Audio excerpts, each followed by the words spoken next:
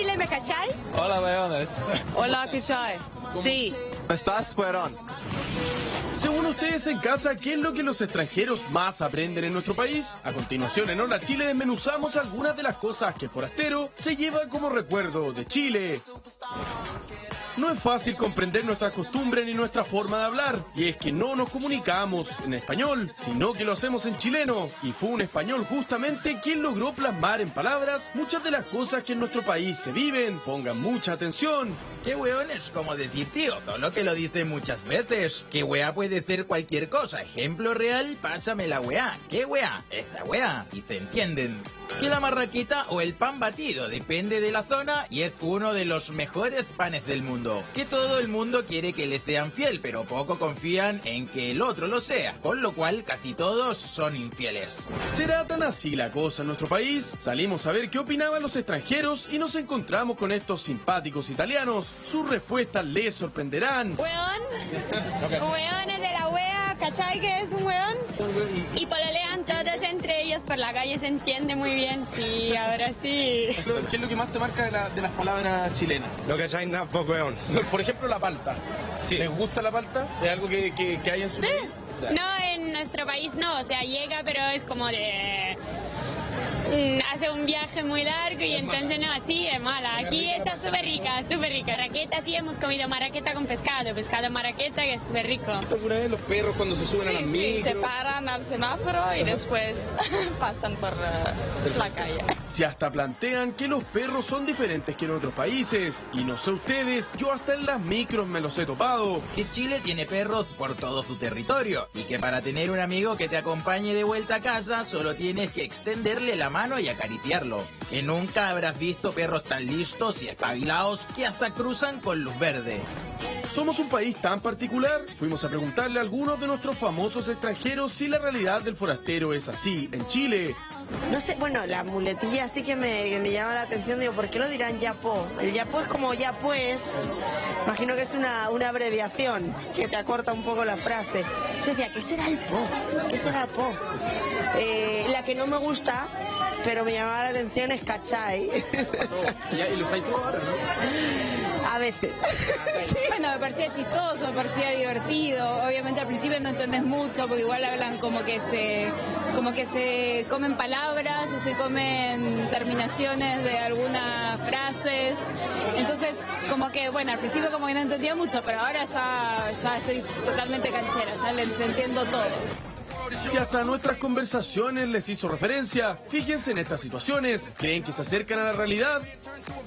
¿Y cómo estáis? Significa cómo estás. Y que el 90% de las veces la respuesta será bien y te responderán bien también. Y eso es todo. Y si realmente quieren saber, te preguntarán bien y tú responderás dos cosas. Bien o palpico.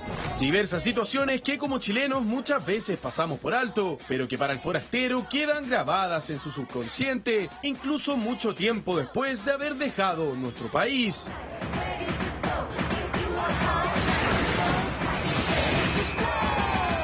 Ya, para enriquecer esta conversación estamos con un lingüista, ya lo conocemos, amigo de la casa. ¿Cómo está Ricardo Martínez? Hola. ¿Cómo le va, profe?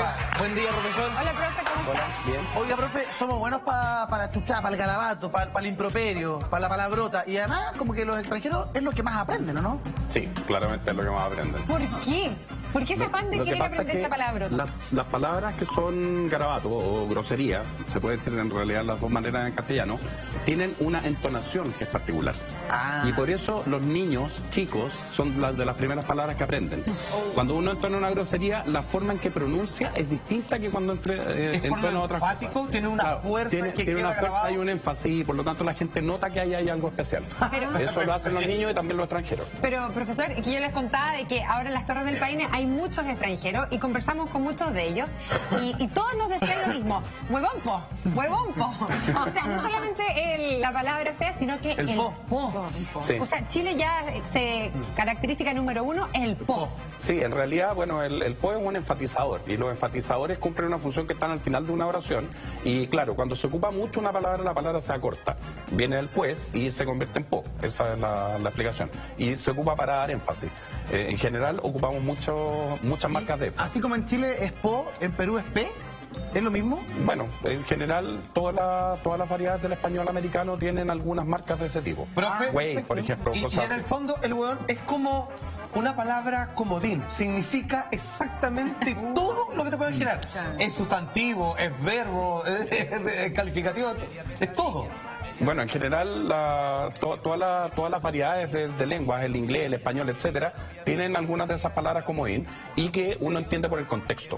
Y lo que ocurre con Chile es que Chile es una sociedad que se llama de alto contexto. ¿Qué significa eso? Significa que tenemos que adivinar un poco lo que el otro está queriendo decir.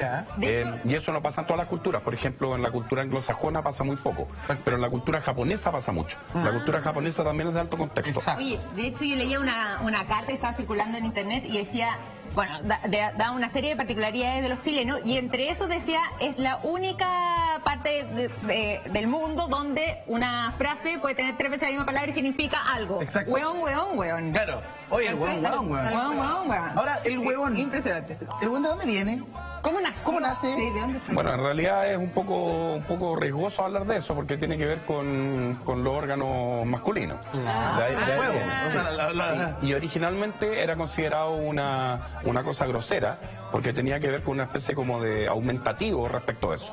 Se suponía que las personas que tenían esas características eran más idiotas. Profe, Perdón, entonces para que se entienda, el que tenía los testículos más grandes era más estúpido, en menos cerebro, era inversamente Claro, proporcional. pero después se empezó a ocupar como sí, en general se ocupan mucho los garabatos, en algún momento se convierte en una especie de marca para llamar a alguien, porque eso pasa en inglés, etcétera. Porque de hecho, o sea, entonces la palabra en un principio tenía una connotación negativa. Claro. O sea, como si nos ponemos así como más estrictos, huevón era algo negativo. querían ofender. Pero después se fue como aceptando y hoy La día ya explicación puede de ser eso como es ella súper misma. bonita. La explicación de eso es súper bonita.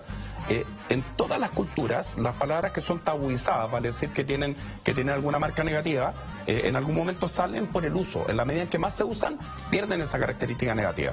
Y eso pasa Se normaliza. Y eso pasa, por ejemplo, con los nombres para el baño en inglés. Por ejemplo, cuando uno dice, no sé, bathroom empieza a sonar como que es muy extraño y se cambia por restroom. En general, lo que ocurre es que la palabra deja de tener esa marca negativa porque cuando se usa mucho, deja de Antes estar ahí. de avanzar con el tema, que tenemos preparadas varias de estas, ¿cómo se escribe correctamente esta palabra? Bueno, esa es una pregunta difícil. En general, la forma correcta sería de esta manera. Pero en realidad no equivale a cómo lo pronunciamos. No. En general lo pronunciamos como un monosílabo y en realidad en la última versión hay 2 sílabas. Y por último, antes de cambiar de palabra, ¿es chilena o es peruana? Porque en Perú también la usan. Sí. Bueno, en general en Chile tiene un uso muy extendido, pero hay otras partes de América donde también se usa. También yo he visto algunos casos en Argentina, Sí. pero en general es una palabra de mucho uso en Chile. Es difícil decir cuando una palabra pertenece a algún lugar. Por ejemplo, al tiro entiendo que se usa también en Costa Rica. Por lo tanto, la idea como que hay una especie de chilenismo exclusivo que no se ocupa en ninguna otra parte, no es cierto. profe, una pregunta. Y si ya está prácticamente aceptada esta palabra, ¿cierto?, en nuestra lengua, cuando un hijo dice un garabato, ¿hay que corregir o no? Porque mira, el otro día mi hija chica, 2 años, no dice garabato, jamás. Y se cayó tan fuerte, se tropezó en la entrada al ascensor, que todos pensamos que se iba a partir la cabeza. Y justo frenó. Quedó en 4 patas y miró para arriba. Me saqué la chucha. ¿Sabes qué? Yo creo que ella no encontró mejor manera de graficar lo que le había pasado, porque fue tan fuerte la caída. Claro, fue la mejor palabra. Y todos nos reímos porque nunca la habíamos escuchado, pero ella no encontró otra mejor manera de decirlo. La estrenó ahí. Entonces uno debiera corregir, pero si ya está aceptada, hoy día no lo puedes decir, pero a futuro sí lo vas a poder decir. A ver, la explicación de eso es bien interesante. Casi todas las palabras se trabajan con el lóbulo temporal. Ya. El lóbulo temporal es una parte del cerebro, excepto los garabatos. Ya. Los garabatos se trabajan con una parte que es más antigua del cerebro que se llama el sistema límbico. ¿Y qué gracia tiene? Que es una palabra automática. Si yo me martillo un dedo no voy a decir capita, voy a decir algún Eso es garabato. lo que le pasó a mi hija. Son las primeras palabras que se aprenden. Las últimas que se olvidan, cuando una persona empieza a olvidar las palabras por la edad y por distintos fenómenos, las personas siguen diciendo garabato y probablemente son las más fáciles de aprender y tienen características muy particulares. Por lo tanto, son unas palabras distintas de la otra. Son cortitas. Son cortitas, son exclamativas y algunos llegan a decir que el lenguaje surgió con los garabatos. Había un alemán en el siglo XIX que decía la teoría pupú del origen del lenguaje.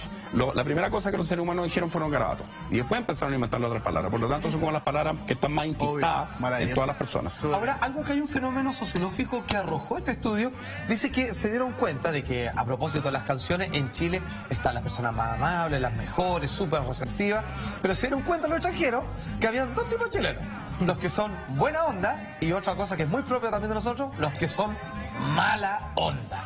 O sea, los que viven en un estado del lenguaje simplemente para descalificar o derechamente, digamos, que todo lo que ocupan a la hora de hablar tiene que ver para denostar, ser pesado, ser cortante.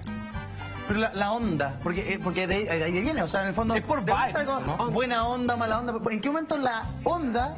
¿Qué es la onda? Pasó a ser como la definición de lo que somos. Es el estado vibratorio, ¿no? Yo creo. Bueno, en general la idea es una metáfora. La idea de onda como onda magnética o cosas de ese estilo, que le da un estilo, le da un swing. Y eso, la palabra agarró ese significado. O sea, te permite caracterizar una situación de forma como más atmosférica, por decirlo de alguna forma. La onda de una situación, la onda de una persona, lo que te transmite. Es una cosa como media mística, por decirlo de alguna Antes era forma. como buena tela o buena leche, pero después pasó a ser como onda. No, hoy día nos contaban aquí La Pancha, que es más jovencita que nosotros. ¿Ya? Hoy día los jóvenes también hablan mucho de tela. Tela. Sí, qué raro. Tela, sí. Y bueno, un poco el tema de buena onda, yo creo que nosotros no nos damos cuenta de cómo hablamos hasta que escuchamos a un extranjero hablar como chileno. Sí. Ahí te das cuenta como todos los modismos que vamos usando. De hecho, se ríen de nosotros. Hay un programa en el HBO donde hay un humorista, un comediante, se ríe de la forma en que hablamos nosotros. Este es el video. Empezó a variar la forma en que hablaba respecto al resto. Por ejemplo, los argentinos, los uruguayos y los paraguayos hablan más o menos parecidos. Los colombianos y los venezolanos hablan más o menos parecidos. Los ecuatorianos, los peruanos y los bolivianos hablan más o menos parecidos. Y Chile, en cambio, empezó a hablar de una forma muy distinta a todo el resto. Tenemos cosas en común, pero otras distintas. Yo me sorprendí con este profe que cuando vino la otra vez nos dijo que no hablábamos tan mal. O sea, que hablemos distinto no significa que hablemos mal. Es que no se puede decir que es hablar bien y hablar mal. La idea de hablar bien y hablar mal es un juicio de valor que no es lingüístico. O sea, en realidad la gente simplemente habla y se comunica. Y todos hablamos variedades específicas. Lo más curioso es que cada persona tiene su propia variedad. No todo el mundo habla igual. Ahora, en términos generales, en Chile tendemos a hablar muy parecido entre las distintas personas. En otras partes se dan muchas más variedades. Por ejemplo, en España, si uno camina 2 metros, empieza a hablar de otra forma. Claro, exactamente. Ahora aquí en Chile, en el sur, por ejemplo, desde Puerto Montt hacia el sur, hablan muy distinto a la zona central o al norte de nuestro país. No se sabe muy bien por qué pasa eso, porque una cosa tiene que ver como con la música de cómo habla. Y cuando uno escucha esa música, se da cuenta que la persona es del norte o es del sur. Y eso, los lingüistas no tienen muy claro en realidad cómo se explica. Ahora, una cosa es llamar a un mismo objeto de distintas maneras, con apenas 100 kilómetros de diferencia. Por ejemplo, este estudio decía que una de las cosas que van a agradecer los extranjeros es que van a amar la marraqueta así con paltita y sal. Solo que van a tener problemas, que se dan cuenta que aquí le llaman pan, marraqueta, acá en Santiago, y solamente en la quinta región ya comienza a llamarse pan batido. Sí. Y otro lado, pan francés. Pan francés. Pan francés, ¿De dónde marraqueta, sale? pan batido. ¿Por qué hay esa separación estando tan cerca? Hay un investigador que acaba de publicar un estudio que se demoró como 40 años en hacerlo, que es el Atlas Lingüístico de Chile. Y en este Atlas pregunta por palabras clave en distintos lugares, toma como 200 puntos en el país y muestra que en realidad hay diferencias de cómo se dice. Algunas palabras específicas. El caso del pan batido es un clásico. Calato contra pilucho es otro clásico. Perdón, ¿qué cosa? Calato contra pilucho. Calato es estar desnudo. Pilucho. Con Doritos se me Mi hija dice calato. Mi hija dice calato. En general, si uno pasa de un lado a otro, puede variar, sobre todo los ítems léxicos que tienen que ver con las cosas más cotidianas. ¿Y marraqueta? ¿De dónde viene la palabra marraqueta? Entiendo que es una palabra francesa que tiene que ver con el nombre del creador. Ahora, lo curioso es que me acuerdo de una amiga trabajaba una vez en una revista de difusión de la Asociación de Panaderos y vino un belga Y el belga le dijo, en algunas partes de Bélgica se hace ese mismo pan. Por lo tanto, pan francés parece que es más bien pan belga. Profe, pero también yo creo que el lenguaje suaviza las relaciones muchas veces, porque yo creo que esta cosa del huevón, del po, como que te hace más hermanable, más simpático para el extranjero, muchas veces. A mí me pasó una vez cuando por primera vez fui a España y me subo a un taxi, iba manejando un catalán. Y yo pensé que era porque era pesado, pero no, tienen un hablar mucho más seco que nosotros. Entonces yo le pregunto al taxista, muy directo, además. Sí, le digo, señor, ¿irá a llover hoy día? Pues si fuera meteorólogo no estaría taxiando. Y te juro que a mí me dio susto. Y después caché que ellos son mucho más secos que nosotros para hablar. Nosotros somos como de chiquitito. De chiquitito. ¿Cierto? Como de suavizar las situaciones. Esto es una característica que quedó. A mí una amiga argentina me decía, ¿por qué el tecito? Pásame un platito. Uy, el chalequito. ¿Por qué todo es un hito? Eso, la explicación es muy bonita, la dio una lingüista australiana que se llama Anar Witzvika. Cuando uno ocupa el diminutivo, lo que está haciendo en realidad es una especie de tratamiento de cortesía. Claro. O sea, el diminutivo no significa que sea chico. Y el ejemplo que da es precioso. Dice, me da un tarrito de crema Nivea, y le responde el tipo, ¿grande o chico? Y en realidad el tarrito no significa el tarro chico, por lo tanto la idea es que el diminutivo significa achicar las cosas. Pero eso no igual es, marca la personalidad de un pueblo. En nuestro pueblo igual ha sido bastante disminuido en comparación con nuestros vecinos, la Argentina, esta cosa de ser el chiquitito, el calzoncito, la cosita, y ellos llegan aquí como, pasame el calzón, y así como, y uno piensa que es la tremenda cosa, y no, también son chiquititos. Y tiene que ver también mucho con la personalidad y la idiosincrasia nuestra. Tiempo atrás, ahora estamos mucho más muchísimo más. Ahora estamos como el argentino. Estamos como el argentino. Me di cuenta esta mañana, no te preocupes, Katy. Ahora, hay una cosa interesantísima. Fíjese que los extranjeros se dieron cuenta de que al que le falta un amigo, no le falta un perrito. De hecho, si uno quiere un amigo espontáneo, tú le haces un cariñito, le tienes un pancito a un perro y te va a acompañar toda esa tarde en la casa. Es por eso se preguntan ellos que de una manera positiva, hermanable, uno le llama hoy en día a un compañero, buena perro.